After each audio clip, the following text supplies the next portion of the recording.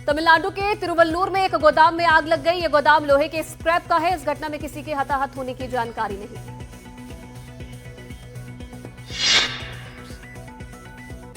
प्रयागराज में गंगा और यमुना नदी खतरे के निशान के करीब बह रही है। बाढ़ के खतरे के बीच प्रशासन अलर्ट मोड पर है।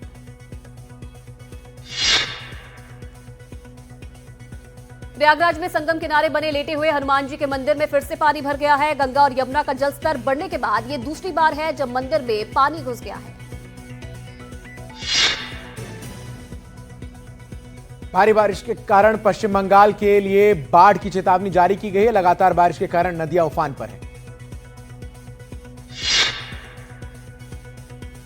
हल्द्वानी में भारी बारिश के कारण रकसिया नाला एक बार फिर से उफान पर आ गया है, जिसकी चपेट में आने से एक ऑटो बह गया। इस दौरान सही वक्त पर ऑटो में बैठे लोग निकलने में सफल रहे।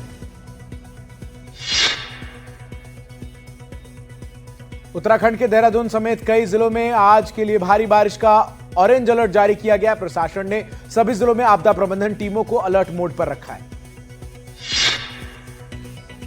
मध्य प्रदेश के मऊगंज में एक पूरा घर पानी में डूब गया। घर में कमर तक पानी भर चुका है। अनाज सड़ चुका है। बच्चों के स्कूल बैग तक खराब हो चुके हैं और पूरा परिवार अब बेघर हो गया है। ग्वालियर में फिर से सड़क धंसने का मामला सामने आया। इसमें कई गाड़ियां भी फंस गई है, जिन्हें निकालने के लिए क्रेन की मदद लेनी पड़ी। अजमेर में हो रही मूसलाधार बारिश ने जनजीवन को पूरी तरह से अस्त व्यस्त कर दिया है। शहर के कई इलाकों में जल भराव हो गया। सड़कें तालाब में तब्दील हो गई है। अजमेर में भारी बारिश के कारण जवाहरलाल नेहरू अस्पताल में पानी घुस गया, जिसके कारण मरीजों को काफी परेशानी का सामना करना पड़ रहा है। अजमेर में बारिश लगातार होने के कारण पत्रकार कॉलोनी के पास एक दीवार गिर गई। इसकी चपेट में आने से कई वाहन क्षतिग्रस्त हो गए। मुंबई के बांद्रा ईस्ट में एक इमारत ढह गई है। इस घटना में 12 लोगों के घायल होने की जानकारी सामने आई है। कई लोगों के फंसे होने की आशंका भी जताई जा रही है। रांची में खाली पड़े स्कूल का एक हिस्सा गिर गया। इसकी चपेट में आने से एक व्यक्ति की मौत हो गई और 2 लोग घायल बताए जा रहे हैं।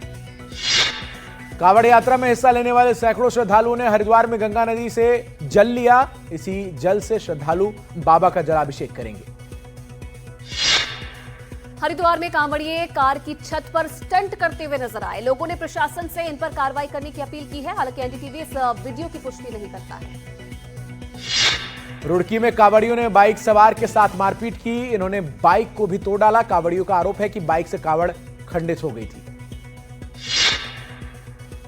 उत्तर प्रदेश के मुख्यमंत्री योगी आदित्यनाथ ने कहा कि कांवड़ियों को आतंकी कहा जाता है, जो ठीक नहीं है। उन्होंने ये भी कहा कि ऐसा करके विरासत को अपमानित किया जाता है, साथ ही सनातन धर्म की आस्था को अपमानित किया जा रहा है।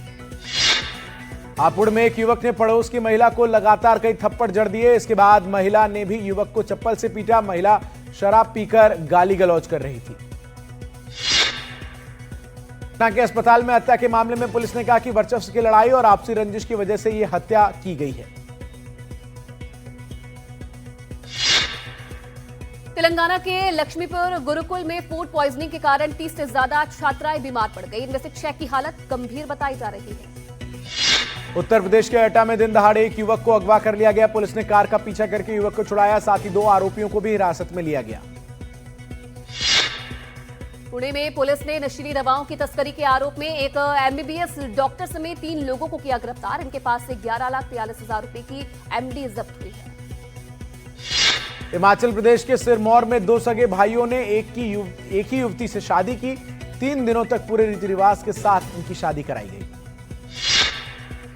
गुरुग्राम में पुलिस ने एक व्यक्ति को गिरफ्तार किया है। इसने अपनी महिला सहकर्मी के फेसबुक आईडी को हैक करके उसके अश्लील पोस्ट बनाए और उन्हें सार्वजनिक कर दिया। केरल के कोल्लम में स्थित एक स्कूल में बीजेपी ने विरोध प्रदर्शन किया। स्कूल परिसर में करंट लगने से 13 साल के बच्चे की मौत को लेकर यह प्रदर्शन किया गया। प्रधानमंत्री नरेंद्र मोदी ने मोतिहारी में राजेंद्र नगर टर्मिनल से 4 नई अमृत भारत ट्रेनों को हरी झंडी दिखाई। इस दौरान प्रधानमंत्री मोदी ने कहा कि आप लोगों ने इस धरती को आरजेडी और कांग्रेस की बेड़ियों से मुक्त किया, असंभव को संभव बनाया। पीएम मोदी ने आगे कहा कि आज बिहार में इतनी तेजी से काम इसीलिए हो रहा है क्योंकि केंद्र और राज्य में बिहार के लिए काम करने वाली सरकार है। मोतिहारी पहुंचने पर भारी भीड़ ने प्रधानमंत्री मोदी का स्वागत किया। इस दौरान प्रधानमंत्री मोदी के नारे भी लगाए गए। बिहार के मुख्यमंत्री नीतीश कुमार ने भी विपक्ष पर जमकर निशाना साधा। कहा, पहले विकास नहीं होता था और आज हर क्षेत्र में विकास हो रहा है। आज प्रधानमंत्री नरेंद्र मोदी पश्चिम बंगाल के दौरे पर भी जाने वाले हैं। प्रधानमंत्री यहां भी हजारों करोड़ रुपए की विकास परियोजनाओं की सौगात राज्य को देंगे। आरजेडी सुप्रीमो लालू यादव को सुप्रीम कोर्ट से राहत नहीं मिली है। सुप्रीम कोर्ट ने दिल्ली के हाई कोर्ट के आदेश में दखल देने से इनकार कर दिया है। जमीन के बदले नौकरी का है पूरा मामला। रॉबर्ट वाड्रा से जुड़े लैंड स्कैम मामले में 24 जुलाई को सुनवाई होगी। ईडी ने कल ही इस मामले में अपनी चार्जशीट दाखिल की है। यह मामला साल 2008 में खरीदी गई जमीन से जुड़ा है। रॉबर्ट वाड्रा पर ताजा चार्जशीट पर राहुल गांधी ने कहा कि सरकार के षड्यंत्र का हिस्सा है। सरकार 10 साल से मेरे जीजा जी को परेशान कर रही है। असम के मुख्यमंत्री ने राहुल गांधी के बयान पर उन्हें ठेंगा दिखाया। राहुल गांधी ने कहा था कि अगर 2026 के विधानसभा चुनाव में कांग्रेस सत्ता में आई तो हिमंता बिस्वा शर्मा को भ्रष्टाचार के आरोप में जेल भेजा जाएगा। छत्तीसगढ़ शराब घोटाले मामले में ईडी ने छापेमारी के बाद भूपेश बघेल के बेटे चैतन्य बघेल को गिरफ्तार कर लिया है। भूपेश बघेल के घर ईडी ने रेड डाली है। रायपुर और कुछ और जगहों पर भी रेड की जा रही है। पीएमएलए के तहत यह कार्रवाई हो रही है। ईडी की रेड को लेकर भूपेश बघेल ने कहा कि आज विधानसभा सत्र का अंतिम दिन है। वहीं तमनार में काटे जा रहे पेड़ों का मुद्दा उठना था, इसीलिए साहिब ने ईडी भेज दी। दुर्ग में कांग्रेस कार्यकर्ताओं ने ईडी की छापेमारी के विरोध में प्रदर्शन किया। यह विरोध प्रदर्शन छत्तीसगढ़ के पूर्व मुख्यमंत्री भूपेश बघेल के आवास पर चल रहा है। आम आदमी पार्टी और उनके नेताओं का संकट बढ़ता जा रहा है। ईडी ने उनके खिलाफ अलग अलग घोटालों के आरोप में मनी लॉन्ड्रिंग के 3 अलग अलग केस दर्ज किए हैं। ईडी जल्द ही इन केसों में आम आदमी पार्टी के बड़े नेताओं को समन कर पूछताछ के लिए बुला सकती है। साथ ही ईडी जल्द ही छापेमारी भी कर सकती है। केंद्रीय गृह मंत्री अमित शाह ने फिर से कांग्रेस पर हमला बोला है। अमित शाह ने कहा कि कांग्रेस के समय आए दिन हमले होते थे, कोई जवाब नहीं दिया जाता था, लेकिन अब हम आतंकवादियों को मुंहतोड़ जवाब देते हैं। बलरामपुर में ईडी ने अवैध धर्मांतरण के आरोपी छांगुर के ठिकानों पर छापेमारी की। ईडी ने उसके साथियों के ठिकानों पर भी छापेमारी की है। पटना के अस्पताल में हत्या के मामले में 5 आरोपियों की पहचान हो गई है। पुलिस ने मुख्य आरोपी तौसीफ समेत 2 आरोपियों को हिरासत में ले लिया है। यह हमलावर बाइक पर हथियार लहराते हुए भागते हुए भी नजर आए थे। कैश कांड मामले में फंसे justice Yashwant Verma supreme court पहुंच गए हैं। इन हाउस इंक्वायरी रिपोर्ट को चुनौती दी है। साथ ही जांच कमेटी की रिपोर्ट को अमान्य करार देने की भी मांग की गई है। उत्तर प्रदेश के 20 ग्राम प्रधानों को अल्ट्राटेक यशस्वी प्रधान पहल के तहत सम्मानित किया गया। इनमें आधे से अधिक महिला प्रधान हैं।